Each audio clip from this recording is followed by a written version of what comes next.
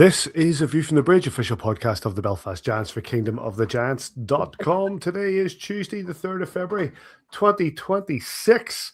My name is Belfast Giants. That's the way it's going to go tonight, boys. My name is Patrick Smith. I'm joined by the Belfast Giants statistician, Mr. David May, GMC, and one of the many fantastic voices on Belfast Giants TV, that is Stevie Boucher. Over the next hour or so, we'll be talking about the Belfast Giants, giving you all the news and views of the Belfast Giants and the Elite Ice Hockey League. If you're watching us live on YouTube, X, Facebook, you can drop us a comment, just as Daniel has, and you might see it on screen as we go along. You can get us on all those platforms and all the really good podcast providers. On this week's show, 3 points. Oh, this is like, I've already started bad. 3 points from the 4 available for the Belfast Giants, having an overtime defeat to the Coventry Blaze before thumping the Glasgow Clan at home. Let's have a look at those games. We'll be joined by a man we saw back in Teal just this weekend, Josh Roach. And ahead of the one of the many games against the Coventry Blaze, we're joined by 3 and 3 podcast and Coventry Blaze aficionado Scott Findlay. You doing, boys? You okay? Go on, Davy. I'll just say now that Mason Alderson from the Five Flyers was going to come on. He's traveling this evening. Wasn't sure that his signal was going to be good in the car. I didn't want to do an interview with him. I wasn't sure whether he was driving or was being driven anyway. So we booked him in. He's booked in. We're playing them again the 1st of March, and he's promised he's looking forward to coming on the pod. Sends his apologies, but he'll be on the 1st of March. And if we're doing apologies, and Elijah Barriga sent his also to chat to him today. He was going to try to come on last week and things didn't work out. He is out tonight, but given the fact that we're playing Coventry 100 times in the next little while, he has said he will join us next week. So Elijah Barriga on A View from the Bridge next week. Bit of a selfish moment for me. It was good to be home at the weekend. Good to be home at the weekend to see the games, and good to see Mr. Kitchen and do commentary with him for one of the periods on Belfast Giants TV. Bit of a shout to some of the people: Jim and Karen, Aaron, Mr. Kitchen, Gareth Martin. I saw you, Mr. Boucher.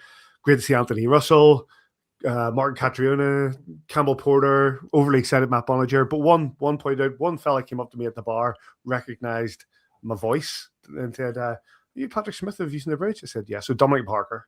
And delighted to meet him. Go on, Davey. You're trying to get things moving, are you? Man, Dad Smith. Haven't mentioned. Oh, but not at the game. I saw my mum and dad. Absolutely. Not at the game. I was talking about people at the game. That's why I was using the bridge. But yes, I did. I got home to see a lot of family and friends and enjoyed myself thoroughly. How are you, Mr. Boucher? You right? I'm good, man. Yeah, it was good to see you on Friday. I had not. You didn't have to change out of the New England Patriots shirt. I was only messing.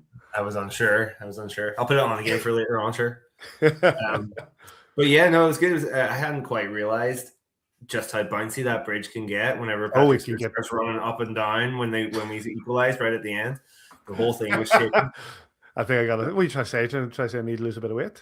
No. I did get very excited when we scored that equalizer in the last moment, but we'll get to that in a second. Should we just crack into the games, boys, and start chatting about it? It was the 2 games over the weekend, as I, of course, do not have any of this lined up. Let's do this. 2 games over the weekend for the Belfast Giants. It was, of course, the 4-3 overtime defeat to the Coventry Blaze and a 5-0 win over the Glasgow Clan. Let's talk about that first game, and let's hear, of course, from the coaches. I thought we didn't do the right things in period 1, and we gifted them 2 goals, 2 freebies is what I call those ones, when you make it so easy on them to have their odd man rushes. I think it was a 4-0, the first goal. We weren't willing to do the right things in the first period. It's that simple. And when we gift them 2 goals, and we come out period 2 and 3. I thought we were the better team, periods 2 and 3. I thought Coventry, take nothing away from them. They defended really hard, got sticks on puck, made it very difficult for us to get to the inside. Obviously a well-organized team, well-coached. You can see that, and they're competing hard. It's not hard to see why they're unbeaten regulation in the last 11. They're a good hockey team. So that being said, I thought we were better there in periods 2 and 3, and we earned that comeback late. That's a big point for us. I didn't love the overtime. I thought we were too loose and just allow them to get inside the slot there and shoot that last one for the win for them. So that's an area. That's 2 overtimes in a row where we're too loose. We're allowing guys to skate in and shoot at will. That's not good enough for us as a group mentally. But like I said, it's a lesson to be learned. You got to play for a full 60.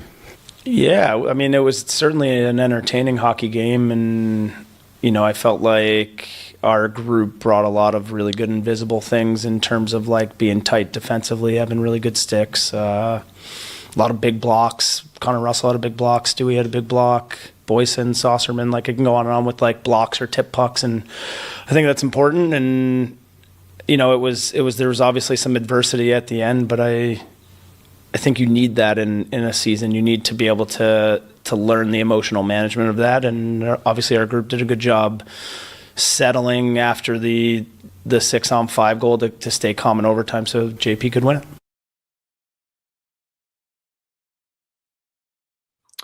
Goals for the Belfast Giants came from Mike Lee, Brandon Whistle, and Mike Lee once again on 58-41. But the goals for the Coventry Blaze were Yari Verton and Elijah Bariga, who'll be on next week, Matthew Gleason, and then, as he mentioned there, Jordan Power with the winner. In nets for the Belfast Giants was Jackson Whistle, and Matt Robson for the Coventry Blaze. Your referees were Andy Dalton and Sam Anderson. Davey, I'll start with you. Explain the first two goals for me again with the Coventry Blaze. I think I'll go first, Paddy, on an overall sort of. I remember texting Simon straight after the game in our little group. I can't remember, or whether it was coach. I can't remember now. Saying that I felt it was a point gained at the same time as a point lost. Not to be too glass half empty on it. From the position we were in to come away and get it into overtime and take that point could be crucial down the stretch, especially as other results have sort of lucked out our way as well at the same time. I think we talk often about starting on time, being ready to go from the beat of bang, and I just think we weren't in the game quick enough. Coventry were obviously going to come like many teams do, to throw a kitchen sink in that first period and see what sticks, and they got themselves in their lead and then tried to defend from there. And we spent the next 40 minutes chasing, maybe probably more than 40 minutes, 47, 48 minutes chasing that lead down, and fortunate to get it, just coming up the end there, pulling the goalie and getting that. That's Adam has said in his post match that that's not acceptable. It's almost a 4-0. It's just been a bad turnover. Queuing up, and unfortunately, it's got in behind West there. It's just slightly too aggressive on the chase down there, but that's one way of putting it, slightly too aggressive. But I thought overall we probably did enough to win the game. They had a lot of pucks. They had sticks and shooting lanes all night long. They defended in tight around the goalie, and they did all the defensive things they had to do, and they took their opportunities in that first period and got in the lead. To say we chipped away at it, and ultimately we got ourselves to overtime. And a bit like the Manchester game, and Adam again mentioned in his piece there, a little loosey-goosey, as like Walter once has said in that overtime period, and just give them a little bit of an easy entry into the zone, and the shot unfortunately got behind us, and a 3-2 loss, or it was 3-2, wasn't it?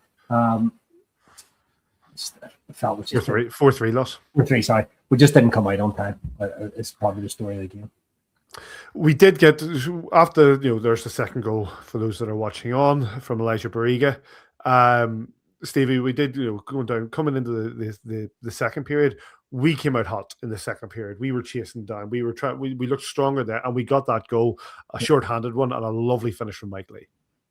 Yeah, it was really nice, as you say. We needed a response after that first period. It just seemed to take us 20 minutes to get into the game, but second period I think was entirely the Giants, really, and probably unfortunate only to get that one goal throughout the second period. But Coventry were good in defense, as Davey says. Didn't really offer too much going the other way in the second period. But Giants, you can't ever really expect to get a goal in a short when you're on a penalty kill, but it was just a great breakaway.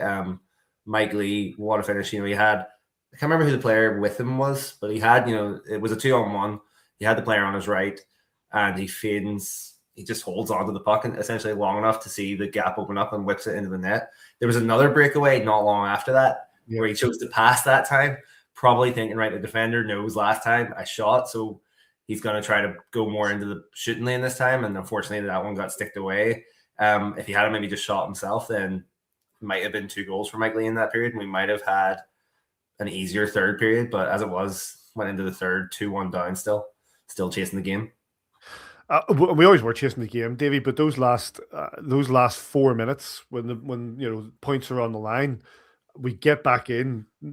No great shit, like the Giants fighting away. Brandon Whistle makes it 3-2, and then Mike Lee with a little over a minute and 20 on the clock, 11 minute and 20 on the clock, levels things up, taking us into OT. Yeah, what was the question there? Sorry.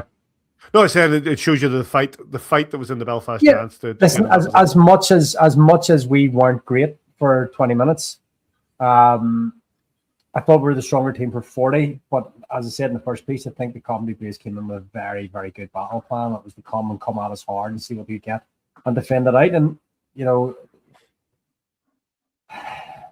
could we have won this game in regulation? Possibly. Did we deserve to win this game in regulation? As Adam said, you've got to play for 60 in this league at the minute, and Robson had a really strong night in nets, and we just didn't do enough probably through the 60 minutes to win the game in regulation. But had we I'd be sitting here with a bigger smile on my face. But as I said right on the buzzer, I felt like that's going to be an important point down the line. They've came in there 11 or 12 games without defeat in regulation. They're a hot team.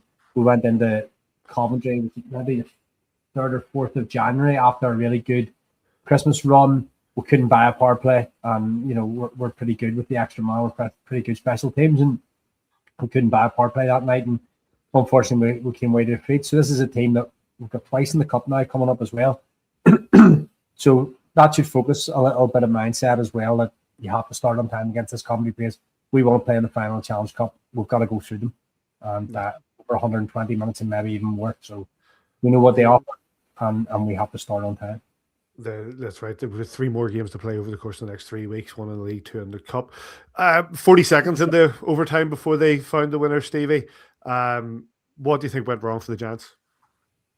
What do I think about what for the Giants, sir? What do you think went wrong for the Belfast Giants, given it was only 40 seconds in before they found the winner? Never got a touch on the puck. Blaze got possession straight from the face-off. They took it back into their own zone, took their time to be patient and set up a play. I think the Giants just got lost a little bit on trying to get into that defensive block, and they had a shot on net early on that got kicked out, and probably the key factor there is it got kicked out and got collected by another Coventry Blaze player. If the Giants had got that rebound, then potentially would have gone a different way, but you probably then just had that first shift, was a little bit gassed and chasing back, and Blaze just did a good job to recycle the puck around and get that shot away on net. It was a nice finish. You can't take anything away from the finish. He put it right into that bottom quarter, right in off just the inside of the post. So I don't know. Sometimes it's happened a couple of times to the Giants this year where we've conceded very, very quickly on the overtime. And you have to try and get possession of the puck first and foremost. But if you don't, you need to get set into a good defensive block, and it just didn't quite happen for the Giants. No, just on the screen there, it was part of the second period where Carter Hamill throwing his weight around, showing exactly what he means to the team, and I thought he had a great game in that. Listen, we're gonna crack on. We're gonna move on to the second game. That was a 5-0 absolute hammering of the Glasgow Clan. Let's hear from the coaches. Yeah, I think it was a good effort by the guys. Obviously we were able to build the lead there in the first, and then do enough to, extend it a little bit there. I thought we played solid defensively, and the times that we did break down, Wist was big in the net. So overall, real good performance. Yeah, well, it was a frustrating game for us. We started well, and things just went downhill from there. The will was there. I mean, our guys competed. The will was there, but we just didn't have it tonight. It's been a hard week for our hockey team. Lots happened, a lot of emotion, and it's been a tough week for us. But previous games against Guildford and Nottingham, our guys played hard, and again, I thought they played hard tonight. The will was there, but it just was one of those games where everything that could go wrong did, and nothing went our way tonight. Goals for your Belfast Giants came from Brandon Whistle, Kieran Long, David Goodwin, Scott Conway, and Carl Berdrea. With regards to the goalies, it was Jackson Whistle one net, Lucas Brown in the other, and the referees once again were Andy Dalton and Sam Anderson. Stevie, I'll start with you.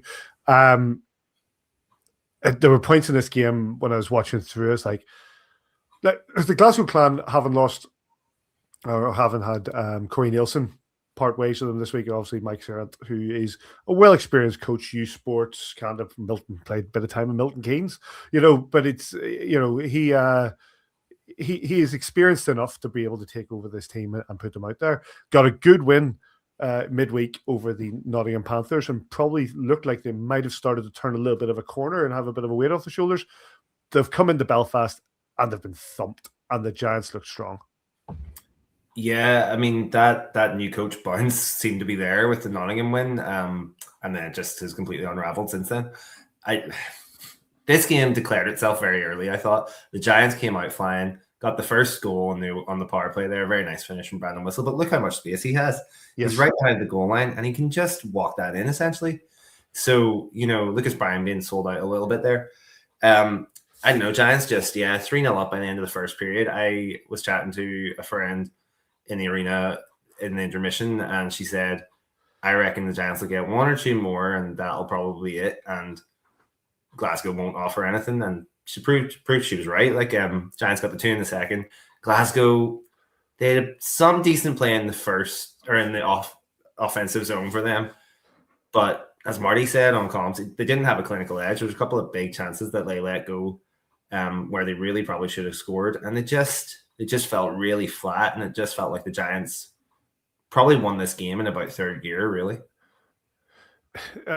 There was it. I was listening to what was it? Was it 3 on 3 maybe, or something? Another podcast this morning, and they were saying that the Glasgow Clan didn't really lay a glove on the Belfast Giants in this game. Davy, do you agree?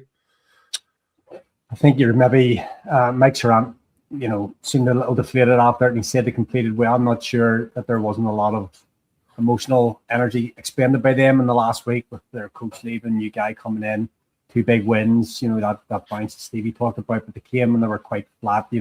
As much as we talked about maybe not starting on time against the Blaze on the Friday night, I think we started big time on time against Manchester. It's always good to get an early power play. Glasgow. That was crucial to us, and Brandon's able to step out from behind the net there without too much pressure on and get the go ahead goal. And I just thought we took the game over. We thought we controlled all 3 zones pretty well. We're so good in the neutral zone when we're playing well. We just don't allow teams to transition. Keep the puck away from Jackson, though. When Jackson was called upon, I thought, again, right through the Christmas period into January, he's been phenomenal. He really has. So many W's on his back that, he's helped carry the team too. And when big saves were needed, when big blocks were needed as well, the defense came up strong. I just thought it was overall, we didn't really have to put our A game. I'm not going to say we didn't. We had our A game. What I mean was didn't have to maybe go through all the gears that we sometimes have to go through. So, pretty happy with. I'm sure we're able to almost shut it down after 2 periods there and see the clock game management, clock management, zone management, and I just thought we were pretty good. After the amount I went off on the Glasgow Clan last weekend, Stevie, I was pleased to see that we did actually hammer them. They've got problems to deal with, and I think obviously Lucas Bryan, good goalkeeper. He's proven himself. He's obviously away next week with GB. We'll come to that discussion later in the show. But you'd be interested to see whether they stick with Mike Serrant for the rest of the season, or they try to bring in somebody with, like rumored, in Pete Russell. Yeah, that's the rumor, isn't it? He's available. He's been there before, and I think he was pretty well thought of in his time there before. So, be interesting to see. People say don't ever go back to your ex, but I wonder what the reception would be like if they do appoint Pete Russell. But Mike Serrant, as you say, he's got good experience. He's got good knowledge. He could do a job. I don't know. It just felt a little bit after Sunday that almost like they have kind of checked out for the season. And I mean, we've still got 20 plus games to go. They're, I would say, definitely going to be in a playoff spot. So they've got a playoff quarterfinal to play at least as well. So the players do need, and Mike Serrant's the one whose responsibility it is to get them G'd up, but they need to get going again because it's very early to be on the beach. Davey, from what you saw of the Glasgow Clan, what do you think their issue is? Don't care. Don't you take the Simon Kinsey role? Give us an answer. Listen, mate, you talk about going back to your exes and all. We've all got our problems. They've got guys more important than me to sort their problems out. We've got our own. We'll just have to work through them. Fair enough. Right. Okay. All right. As actually someone from Glasgow texted me Monday morning, and he said, "Clan or pish." So that's even their own fans, mate. So. Yeah, to be fair, certainly in this game, they absolutely were. Right. Well, in that case, then let's just drop that out there. Yeah, we'll leave that. The highlights from this game. Before we move on, Paddy, can we shout out Carter Hamill? Played Friday night for the Giants, Saturday night for Solway, and then back to the Giants on Sunday. And he got a lovely assist for Kieran Long's goal there. I win on Sunday for the Belfast Giants. I win on Saturday over Telford. In for Solway, which a good friend of mine, an old work friend of mine, went up to watch, and him and his wife, and they really enjoyed it. And they didn't realize that Carter played for two teams, so it was having a bit of a back and forth because we're talking about it on Facebook. Saying, I was like, I'll dig into this, and so she was a big fan of Carter. So yeah, big shout out to Carter. He had back-to-back wins and playing. So Friday, Saturday, and Sunday, well played. Fair play to him. And there is, I believe, is it 4 games more? We have to, if we play him in 4 games more, then we have to permanently sign him based on the 2-way contract criteria. Is that correct, David? 20 games is the 20 games on Amazing Side. But I could tell you if I could look it up. But so I'm going to click see where are we? Carter Hamill. There is Carter Hamill. So far this season, he's played 17 games, so 3 more. Don't know if Challenge Cup counts towards that as well. No, that's interesting. Anyway, right. That's better. Right, let's bring in our first guest. Delighted to see him back in Teal. It's been quite a while. He got onto the ice on Friday, and 12 seconds later, he needed a rest. Please welcome back to you from the bridge, Josh Roach. How are you doing, mate? Hey, thanks for that introduction. I'm trying to get that. That's dirty. Come on, man. I have to say, delighted to see you out there. Absolutely buzzing to see you back in Teal. But to get that penalty straight away and be sent to the box, I was like, Roachy, come on. Yeah, a little bittersweet. I'm just glad they didn't score on the power play. Adults gave me an apology afterwards. So I'm 50-50 whether it was a penalty or not. But definitely good to get those first few games out of the way. How frustrating has it been this season? And how relieved are you to be back on the ice? Yeah, obviously, I had a good off season of training and felt good going into camp and whatever else. And then just very unlucky that first exhibition game to suffer quite a serious injury and have to miss extended time. But, as tough as it is watching games, really proud of the guys, how they played. And, it put us in a spot where we're competitive for, again, all 3 trophies. So just glad to be back and contributing to the success of the team. Roachy, it's unfortunate. I apologize for my good friend there for that introduction. That's savage. It felt unnecessary, so it did. But it is great. It is great to have you back on the ice. And you talk about this time of year, sort of re-energizing the locker room. I know you've been around the locker room all season, but having that almost new signing sort of vibe going around, it's great to have you back on the back. Did you enjoy being back on the bench? Stupid question as it may be. Yeah, no, definitely. Like you said, I think especially over the December schedule and whatnot, just with all the games and stuff, it can kind of be of a grind. So yeah, just coming back and trying to contribute where I can, obviously, is kind of my main goal. But yeah, being just around the boys and getting to celebrate goals and wins and whatever else, and looking forward to getting on the road. The road is when you get to kind of spend time with the new guys and get comfortable with one another. And I kind of missed that for the first half. So excited, like I said, just for the last 20 games here of the league, and hopefully we can make a strong push and keep those trophies in Belfast. Boy, you've done a pretty good job. We're well positioned here. We're sitting nicely in the league. We've got the cup semi-finals coming up, and obviously one eye, not for now, but playoff shot down the line as well. There's plenty to play for. It must be an exciting time to be getting those skates back on. Absolutely. The way the league is structured, some teams don't really have anything to play for the next, 20 games or whatever it is. So for us to have meaningful games, it makes it easier for practices and the traveling and whatever else. It can be a little discouraging, playing games knowing that, this is where we are in the standings for the rest of the year. So, having those cup games coming up over the next 2 weeks, and then, the Nottingham and the Sheffield and Cardiff games, are all important. So, it's just business as usual for the boys and the team. Josh, I don't know if you've ever read it, but your profile on the Giants website says renowned for his calm presence under pressure. How calm were you feeling when that penalty got given against you after 12 seconds?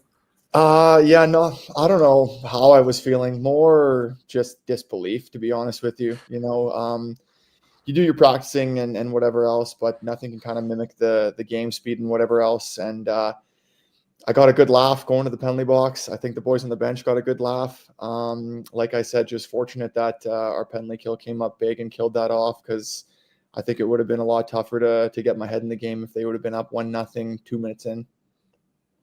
And then over the weekend, you had two different D partners. You think you started off with Reed Irwin, fitting in for Bo Hansen, and Reed Irwin have had a real relationship going, and Bo missed the game on Friday night. And then Sunday going in with Mike Lee. Was there any chance you might have gone up front because Carl Bridger had to step up into the forward line? Did you ever fancy playing center? You know what, personally, I don't fancy playing forward. But at the end of the day, if that's what ends up happening, then so be it. I think I'm much more comfortable on the back end. I think I can offer a lot more to the team from defense.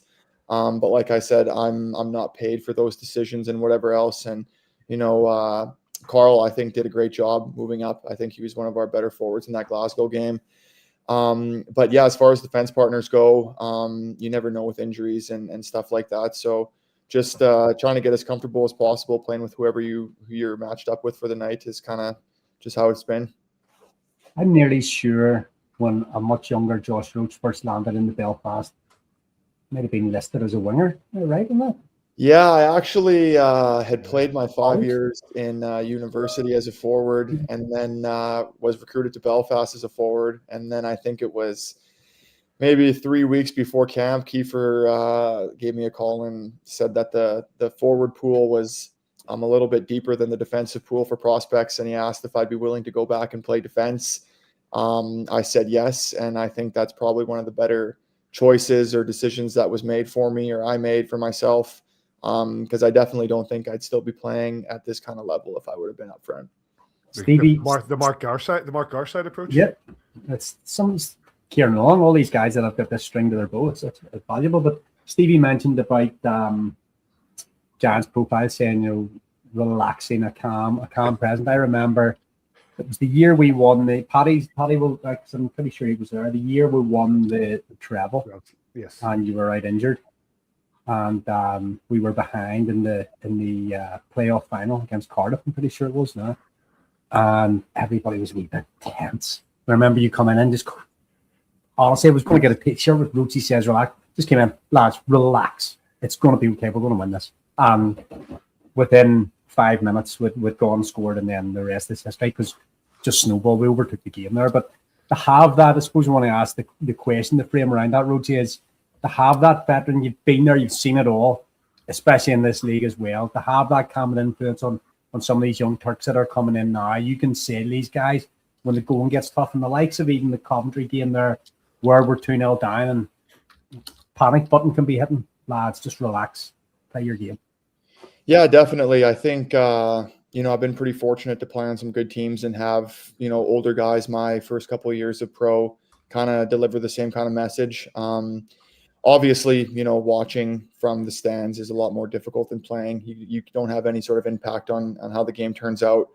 But yeah, especially with like how the league works and stuff like that, every game is important. So I think the sooner we can realize, we're not out of it. I think a lot of the stuff that we've kind of run into has been self-inflicted, where we're maybe having slow starts or just kind of gifting teams, chances. That's where we get in trouble. But yeah, I think there's enough guys on the team now who have been around the league and have won enough to kind of just, like you said, have that calm demeanor and just be able to kind of go with the flow and know that if we stick to our game and our structure and whatever else, then we're usually finding ways to stay relevant and compete in games. Were you able to maintain that calm approach over your lengthy kind of injury layoff there? Like, nobody wants to be missing the games. Nobody wants to be sitting in the stands, as you say, and then also just rehabbing an injury and all of that. It can be really frustrating. Did you keep calm during that and just say, right, one day at a time, or how did you approach that? Yeah, it was a little different. Like after the surgery, obviously I was, on the shelf, not being able to do much activity at all. So I think that was kind of the most difficult part. But once I was able to start with the rehab and get back on the ice, then it kind of just gets back into the normal structure and routine and whatever else. But yeah, I mean, as we got closer and closer to kind of my comeback, the nerves kind of pick up and whatever else. And, do I still got it? How am I going to play when I come back and all of that? So like I said, just getting those first few games under my belt and realizing that, I've still got some game and I can still play and contribute, obviously makes the whole process a bit easier. 3 points in 2 games at this point? Yeah, definitely the second game, like I said, more comfortable, felt better on the ice, and things weren't happening as fast. So yeah, like I said, just happy to contribute. I think up and down the lineup, guys show up every game, and it's somebody different who's pitching in goals or assists or making big saves or whatever it is. So I think that's why we've been so good, is we're not relying on 2 or 3 guys every night to do kind of the heavy lifting. It's done by committee. So if we can keep that going, then we're a pretty dangerous team. Correct me if I'm wrong. 3 Challenge Cups, 3 league titles, and the playoffs. You know how this team needs to perform to get the job done. You've come in now with the experience, and you're only 33, but you're there to provide the experience to, when it comes down the stretch, to be in that room. What is it like being in that room when you're top of the league, what's at stake, and you're probably looked at as one of the leaders? I think, being in the position we are, it's exciting. Like I said, you don't want to be playing meaningless games at this point of the season. The first to fourth place is pretty tight. So we don't really have much room to kind of drop points or whatever else. So, Kiefer's just emphasized, playing the same way every game and making sure that we're ready to play. And, we're the team that's being chased. So most of the time we are going to be getting the best that other teams have to offer, right? So I think just maintaining kind of a calm presence, but also having that urgency at the same time is kind of the mix that we need to continue with. One thing I'll do before we just move on to the next section was, I was in the arena when you were announced as one of the starters, and the ovation that came from the Belfast Giants fans was excellent. And it was really nice to see, because you are such an established part of this club who has achieved great things every time you've been here. So to see you out for so long was really difficult for us as long-term fans to see. To see you come back on the ice, mate, was absolutely brilliant. Yeah, thank you. I appreciate that. I was pretty shocked by the fan response there. It was a pretty special moment for me. And like I said, I wish that it would have lasted longer than 12 seconds. Right. Before you go, I'm going to land this on you, which is it's time for the Player of the Month award for the month of January. We asked everybody out there to give their nominees, and we've come up with 4 for you to vote for. They are: number 1, Jackson Whistle; number 10, Scott Conway; number 12, JJ Piconich. How are we going to round out this line? Oh, I know. Number 64, David Goodwin. These 4 names will go on for a vote on our X account from Wednesday morning, and the winner will be awarded on Saturday. I'm going to start this time, because I always throw it at you boys, and I'm going to start, and I'm going to say Jackson Whistle. I think he's been lights out. I think there's a case to be made for every single one of them. I'm sure Davey will make that case. But I think that Jackson Whistle has stepped up. He's played more or less every game, and he has been, without doubt, one of the best netminders in the league, and has been there to help us win more or less night on night. So Jackson Whistle is my vote. David? When we were stumbling through from post-Halloween, and it was 29-63-91 carrying the load, and we weren't really getting that secondary score, and all of a sudden, I don't know, Goody got married, I suppose, and then it went 10-12-64, just came flying right back to where roaring back. We talk about JJ Piconich being sneaky tough and sneaky fast, and he's not. He's just tough and fast, and he can do it all. David Goodwin has had some captain performances. For me, out of the 3, Scott Conway, potentially the best player in the league, goes into the corners and does the hard work of third line grinder at times. Like I love to see the compete level. There's just, I don't think there's anyone like him around there that goes and competes. When it's not been going for him, he still goes and works his tail off. So out of the three, I think Scott has really impressed. Talk about me sitting in my front room talking about players like Scott Conway. Like my opinion's important. But he really podcast it is, mate. Yeah, well, I love watching Scott. But like by a distance, the amount of W's in Jackson Whistle's locker over the last 2 months, but in January, he has given us a chance to win every game of the month. Roach, you'll talk about as a D-man, but as a D-man, as a forward, to have that behind you. So, yeah, Wes. Stephen. I'll go JJ Pikanich for my vote. Davey, you mentioned that they're sort of sneaky fast, sneaky some tough or whatever, but I just think he's been sneaky consistent. I think he's kind of maybe almost gone under the radar a lot of weeks, but he started off the month quite well. He had multiple point games, I think 2 or 3 games in a row at the start of January, and then maybe a little bit of a quiet period for a couple of games, but then since then he's averaging a point a game, I think, in the last 8-9 games.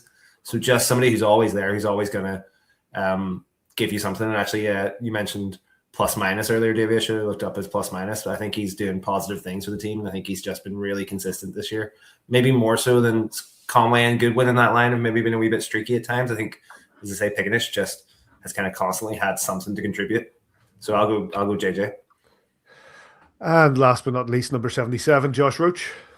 Yeah, I think that whole line of Pick, Goody, and Cons has been pretty solid. 3 older guys, 3 guys have won championships and trophies in the league, so they know what it takes to win.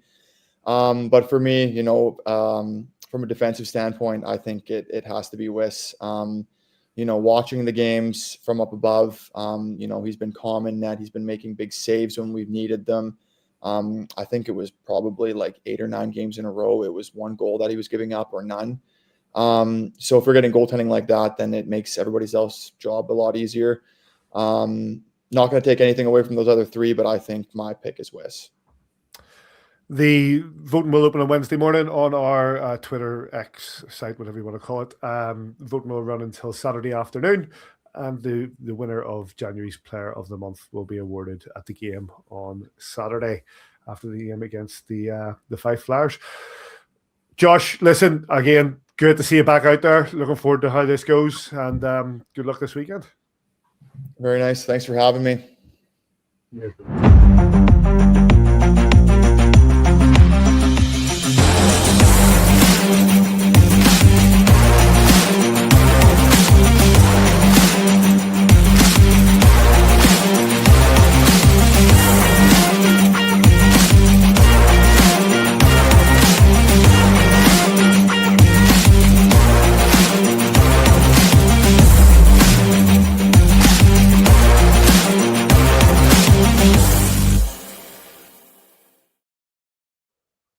Great to see Roachy. Great to have him back on the show. Great to see him back on the ice, and a lot of chat going on in the live chat there about doing Roachy Says Relax t-shirts. Count me in for one of those. I love one of those. I'll have commissions on it. The Coventry Blaze they were just here last Friday, and we travel to them next Sunday. They are on a bit of a streak at the minute, 22 points out of the last 24, with a great comeback win on Sunday over the Manchester Storm. So I find that they're going to be a difficult team to beat. And on Friday, I got to spend time with a good lad and spent 20 minutes chatting to him and helping commentate with him in the second period with Mr. Simon Kitchen. You can hear him normally week on week on the 3 and 3 podcast, but we're delighted to have him on here. Mr. Scott Findlay, how are you doing, mate? I'm doing well. How are you? Doing very well, mate. It was good to see you at the weekend. It was indeed. I had a great time, helped by the win, of course, but it was great to see a few people, meet new people as well, so I enjoyed it. Do you know what? The amount of people, like Stevie or like Gareth, Gareth who came up and says, "Can you introduce me to Scott Findlay?" It's like, he's the most famous person on the bridge at that time. It was fun. I'll take it. You can be my hype man. I like it. I said it there, 22 points in the last 24. given the way that the league season started and the way that things started in the next couple of months, this run of the Coventry Blaze is coming just at the right time, especially going into these Challenge Cup semi-final games. 100%. And I mean, look, the season didn't start well. We had a lot of injuries, but every team does. But the guys have kind of clicked into gear. Our mid-season acquisitions in Jordan Power and Adam Robbins have made a lot of difference. And Talberg kind of dropping back onto D. He's the ultimate pro, but Jordan Power has made a real difference on that back end, and he's scoring goals as well. And yeah, we're really delighted in how the run's gone. And we got guys back from injuries, which Sourceman, we were playing 35 minutes at the start of the season. It's just not sustainable. He had that big injury. He's now come back, and to have a guy like that on the back end, to have a guys like Barriga and Matthew Gleeson and Mismash now, like Mismash is now 5th in the league in points. It's just clicked, and I'm not surprised how we're performing with the talent we have on the roster. Jordan Power, do you think that was the key? Do you think that's what's the key, is the sort of the kick you into this gear? That was the missing piece that has allowed this to happen? Yeah, 100%. And I spoke to him after the game on Friday, and he says he's so happy to be here, and he can tell in his play. And then that also means competition for places as well. When we've got a full squad, there's that missing import. So you've got to be on your game. And Kevin's very demanding of the players, and you don't want to be sitting in the stands. So I'm delighted in this recent form, because going into that form we've been on, we got absolutely done at home by Cardiff Devils 5-0 on the 27th of December. And it was stick or twist time with a lot of this team, because we were battered as well. And I've no qualms in saying that. And we literally kind of clicked and turned it around. Boyson coming in from Denmark, it is a different league over in Denmark. He's kind of found his form. And then that line of Boyson, Barriga and Gleeson, it's dangerous. And then you've got the third line with Pellich and Stewart. I mean, I don't want Stewart to be going home anytime soon. I want to keep him there. And that line is so fat, like F1 Stewart, straight out. He hassles straight away. And that line's obviously not producing goals because it's not its role. But I think they're on a ±0. So they're not conceding the hammering team. So we've got kind of 3 complete lines. Luciani's been injured, but he's been scoring. And as I said on Friday, we're going into Friday's game, we had 12 different scorers in the 24 goals going into that game. So we're getting the goals. You said, Scott, there about maybe the inconsistencies over the first half of the season and roster changes or roster tweaks and line changes and line tweaks. You've got to then tip your cap to Kevin there. Oh, 100%. And he's not. It would have been easy. You look at where we were in the standings. He could have easily kind of went, what's going on, and throw guys under the bus, because there was some poor performances. I know we had the injuries, but we weren't performing. He's got it right. And he's made the changes, and obviously losing Chukarov as well. We had to make that decision, but he's not faltered. And then you've got Colton as well. He gives a lot of credit to. He's just got the unity right. And then with the guys speaking to him after the game, they are a unit. A rink team has to be together because you've got to perform. And they're playing with a smile on the face, and that is down to Kevin, because he's got a plan for every player. The guy's very, very knowledgeable. Scott, I think it was you on 3on3 podcast who talked about going behind the Manchester Storm bench and just having a look at the bench and seeing, and you liked what you saw. You saw togetherness. You saw a unit from Manchester. What are you looking for? What are you seeing in the Coventry Blaze bench that's encouraging you? Playing with a smile on the face now. And it doesn't matter who you are. Once you score a goal and you get that confidence, we weren't shooting. And I know that you've got to shoot to score. You've got to shoot. And we've started to do that. Our shot selection early on in the season was poor, or guys were just looking for that pass. Now we are shooting. We've got our power play going as well. Vertinen is that key. It's like back in the old days when we had Jonathan Weaver and we would just score on the power play. He's on 9 of his goals have been on the power play out of his 13. So that is a dangerous weapon. So if you put us on the power play, we are probably going to score a goal. So yeah, I think it's just people. Do you know what? You got to back yourself as well, and I feel like the players are doing that. And I think what you said about that's the same thing with the Storm. We're very similar in teams. I think we've got a bit of grit about us like the Storm, and the Storm are sitting in 5th, but we want to be knocking on their door now. What makes this a successful season for Commentary? You're currently sitting 7th, as you say. Last year, I think you finished 5th or 6th in the league. You were out in the group stage of the Cup. You're in the semi-final of the Cup this year. Is it a successful season already, or what do you need to say this was a successful season? The minimum is 5th. That's what we want. We are a good enough team to finish 5th, but I also think that the way we're playing at the moment, going in, I'd ideally not want to play you on Sunday before the Challenge Cup. But then on the flip side, do we set the tone? Why not go on and try and win this Challenge Cup? If we get that, we've not won a trophy since 2015. So success would massively be winning that Challenge Cup, but 5th and then going into playoffs. But I would have took anything after the first half of the season. Well, we remember how the quarterfinal game went in Belfast against the Coventry Blaze just the other year. But given the run that you guys are on, it's obviously going to be that sort of and like the games we played at yours, and we spoke about them on this show. It's just like it's been a difficult rink for us to go and perform in. When it looks, I was looking at some at your roster as well, and I'm looking at you're losing a couple of players this weekend, as are we, in Clements and Hopkins. Is there anybody else? Is that the only two? I think Busavera might be off as well. Okay. In regards to the Cup of Nations that's taking place in Edinburgh, we're going to talk about that in a bit. But like David Clements in particular, and I know we spoke about him on Friday in the pub about what a key player he is and an experienced player he is. And he obviously had his testimonial just the other year. But talk to us about what David Clements means to the Coventry Blaze.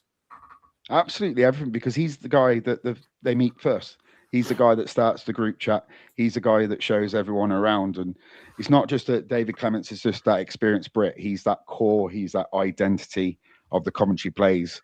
And you need those guys to be welcoming the players in. And that's a role he embraces and takes on. And everyone speaks so highly of him when they join the team. And it's just, we're not going to have him forever, but he's so critical. I mean, he's not your top goal scoring defenseman. I want him to shoot more. I've told him this. He doesn't. He shot the other week. He scored from the point. Absolute blaster. And every time he does it, I'm like, David, do it more. So hopefully he can do it again. Matt Robson, great. It was fantastic on Friday, showing once again this season just how capable he is at this level of hockey. Best goalie in the league for me.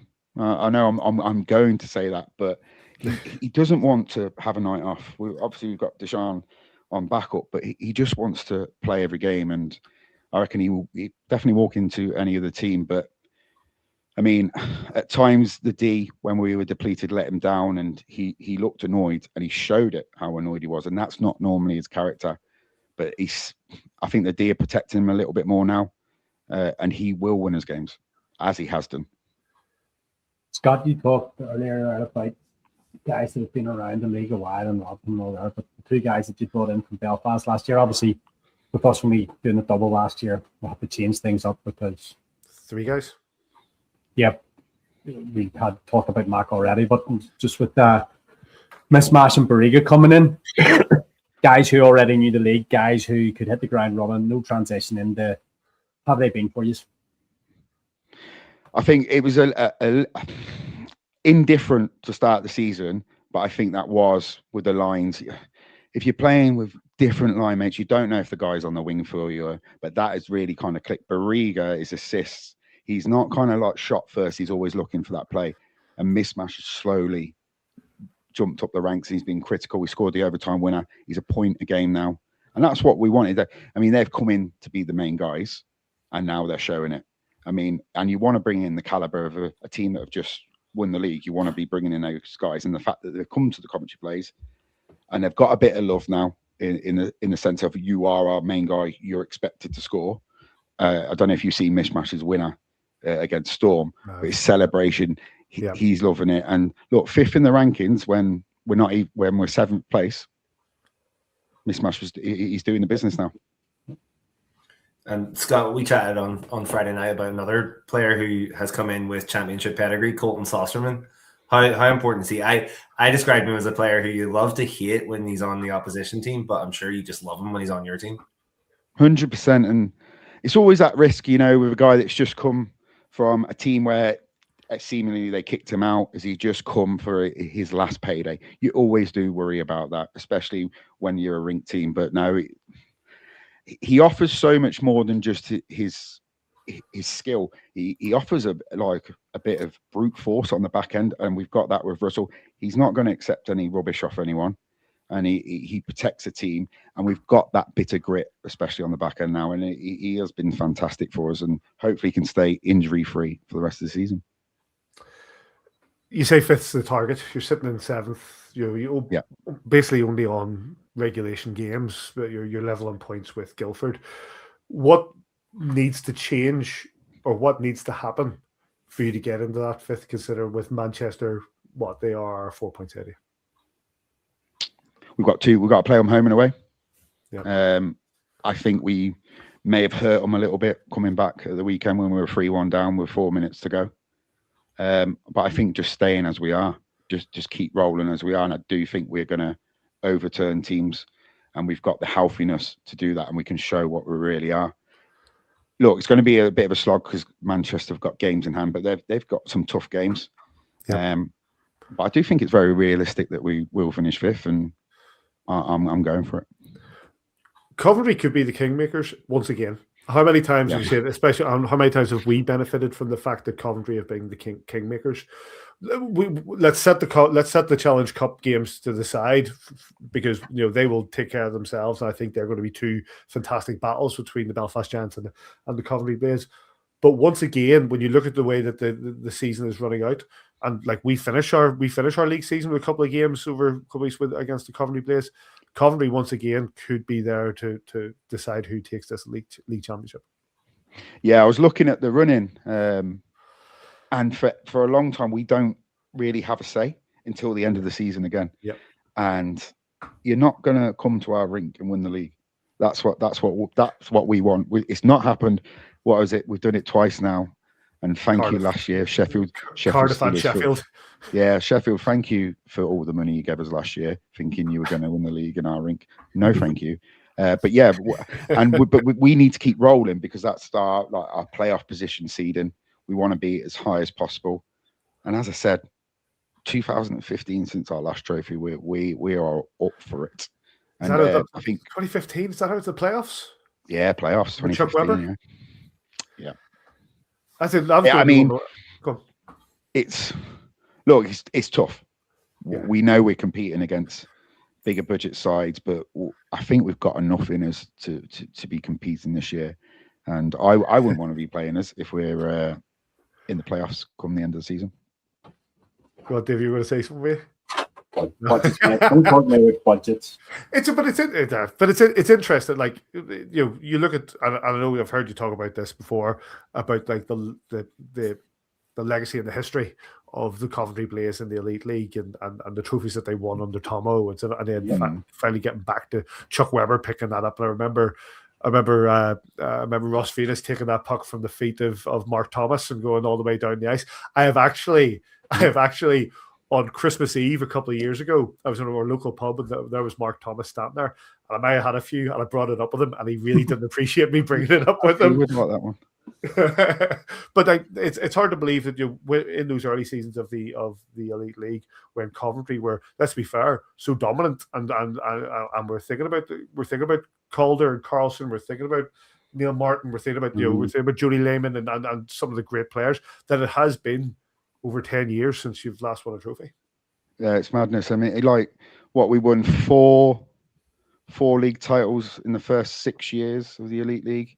I mean, I remember our first home game in the Elite League, we played the Belfast Giants and we won 5-2. And then we go and win the league the next year. It probably shouldn't have happened, but we had Tomo with the uni deals, and Adam Calder and Dan Carlson, one of the greatest duos to ever grace the league. But I think Blaze fans have been starved, and we probably didn't enjoy it as much as we should. Next time we do win a trophy, I'm going to make sure I enjoy it. But yeah, it's just Well, that's the thing, mate. You got to enjoy them when you have them because you don't know 100%. when it's going for good. Yeah. But Maybe not gone for good. Weeks. But huh? But that's it. And I remember those days so well, especially like the sort of rivalry between ourselves and yourselves. Remember the Theo Fleury climbing into the penalty box and all that sort of stuff. It was so heated that it took Davy a long time to accept Evan Chevrolet as a Belfast Giants player. Do you remember, Davy? Mm-hmm. Took a long time. Booed him for a long time. But I don't remember you doing that. I don't remember you doing that with Ben Lake. Ben Lake? Did you quickly take Ben Lake? Championship winning goal before he even signed for us. Outstanding. That's true.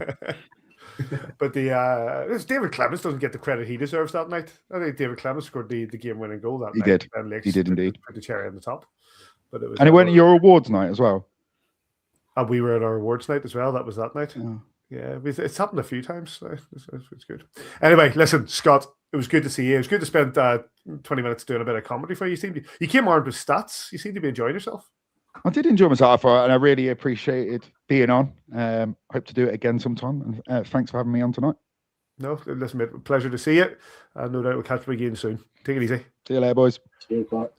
Big thanks to Scott Findlay from the 3 and 3 podcast. You can catch them on all your mediocre podcast providers. You get us on the good ones. You get them on the mediocre podcast. They do a podcast. Hi, Scott. Yes, Smith. Yes, it's all right.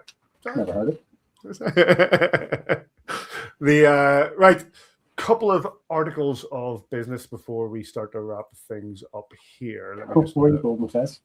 That's going to be interesting. I haven't seen the agenda. I'm going to say right now, and I'm going to be very clear with this. I'm not touching the Fife thing with a barge pole because it is blown up into such a. I know you want to get into it, Davey. No, you're not. I think everybody has their own opinions on it. I made one of my opinions quite clear on Twitter at the weekend, but it is what it is. There have been mistakes made.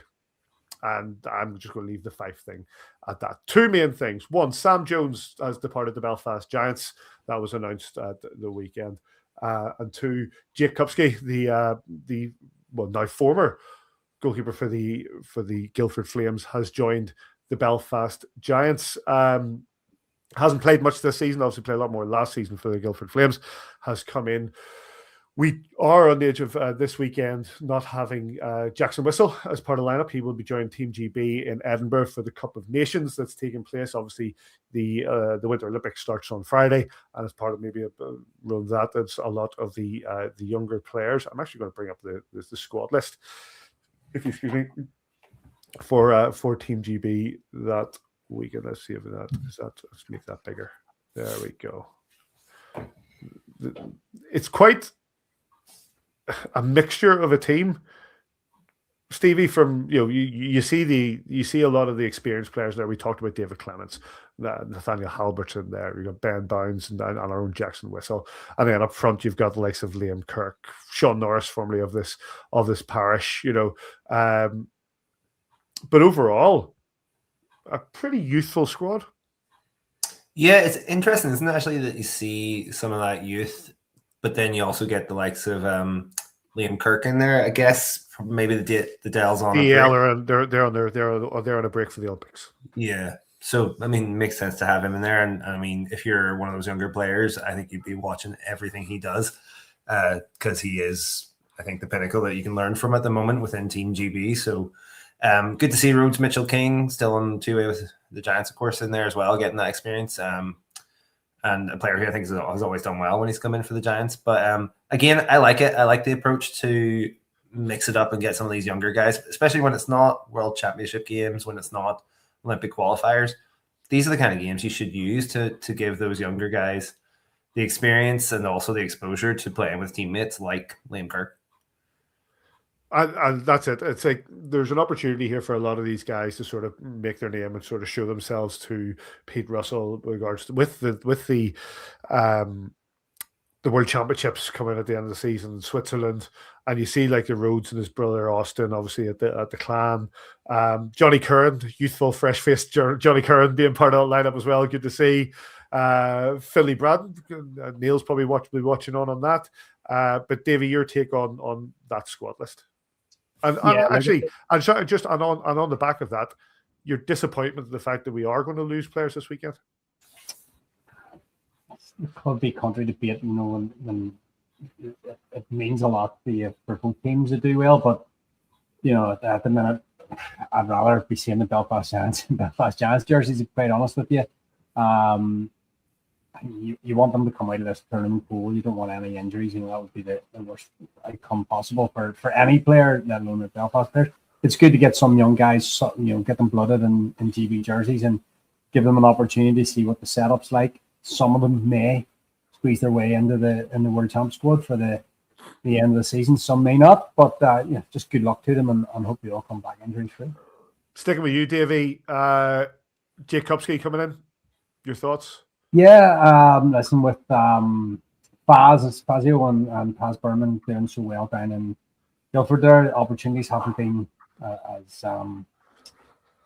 as there hasn't been as many opportunities this season for Jake to play. I think he's 5 games in the league. I don't know if he played any Challenge Cup games or not.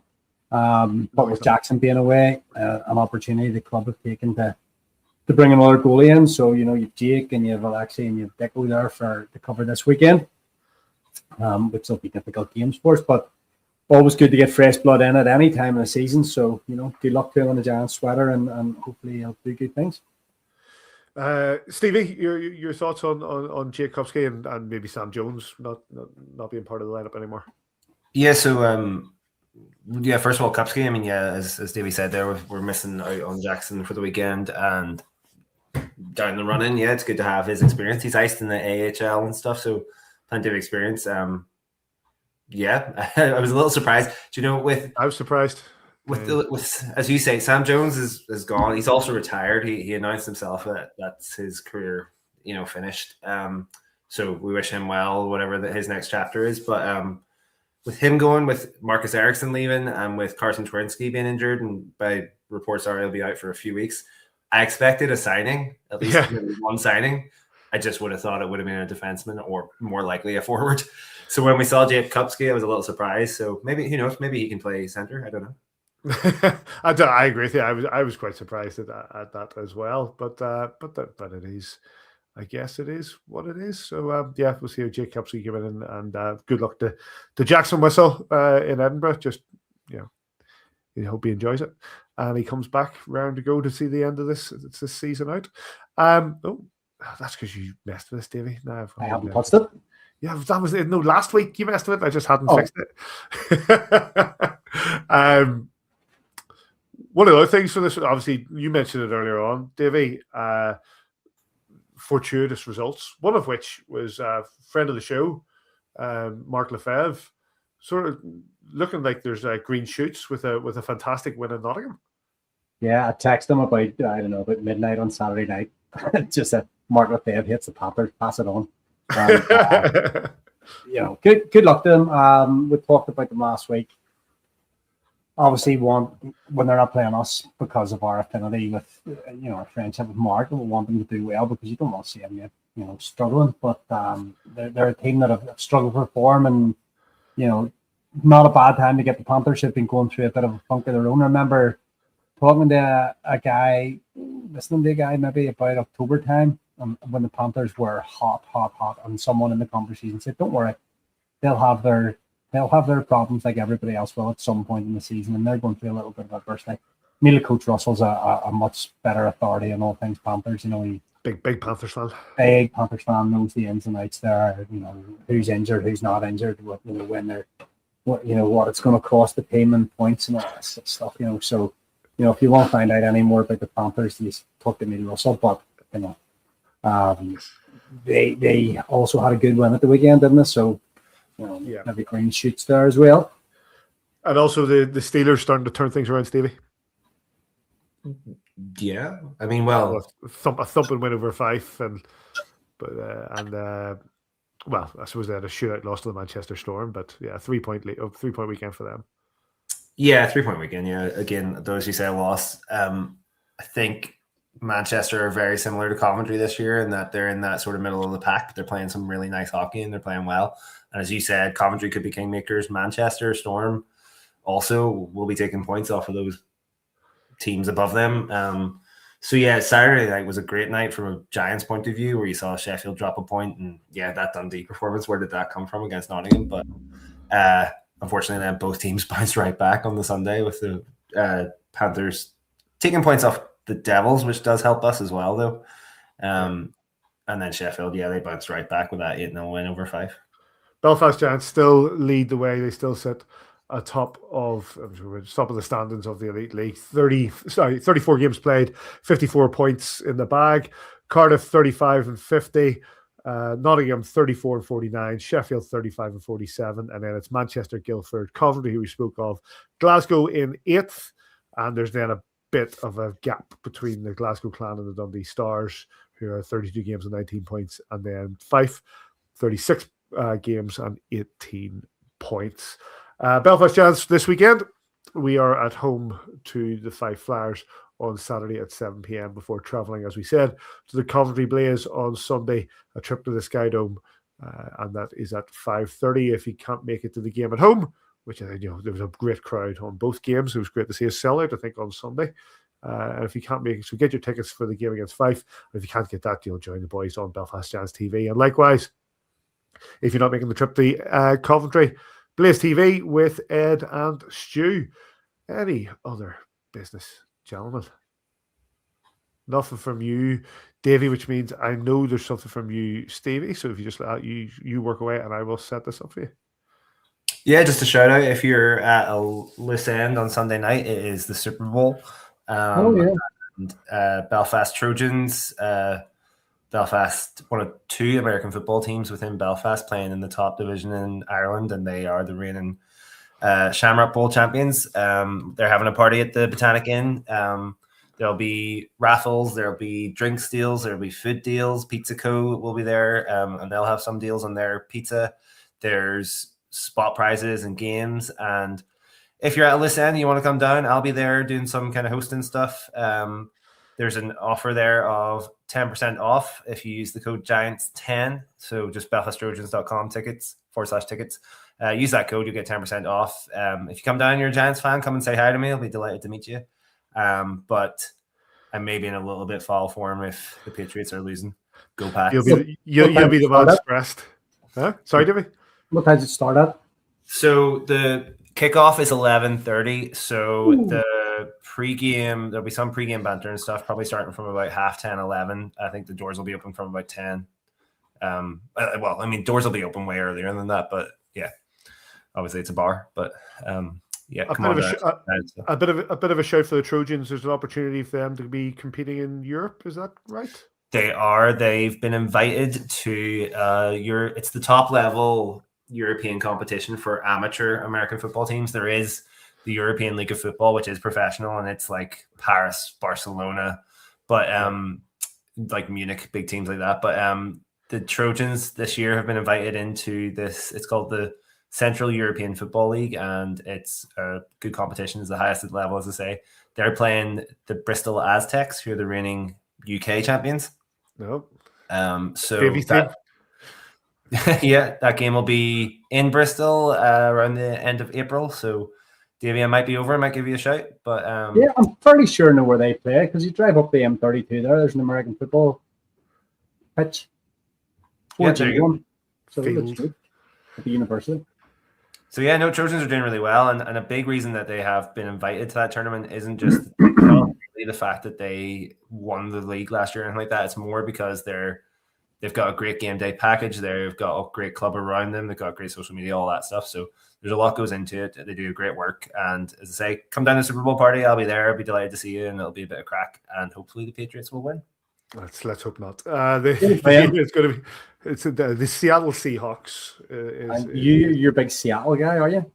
No, I'm very much not a very big New England Patriots guy. So yeah. Oh, you're one of those. Yeah, well, I was just saying. It's one of those. I'd rather not. I'd rather not. No, because of red, white, and blue. Is this every time? Here's one for you. Here's a statistic for you, Mr. Richemsey.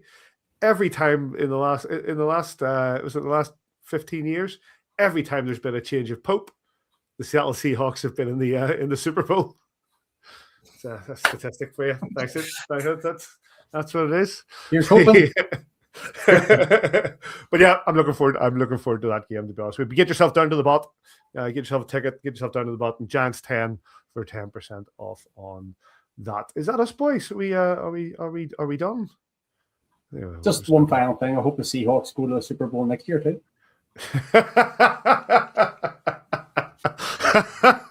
So set that one up.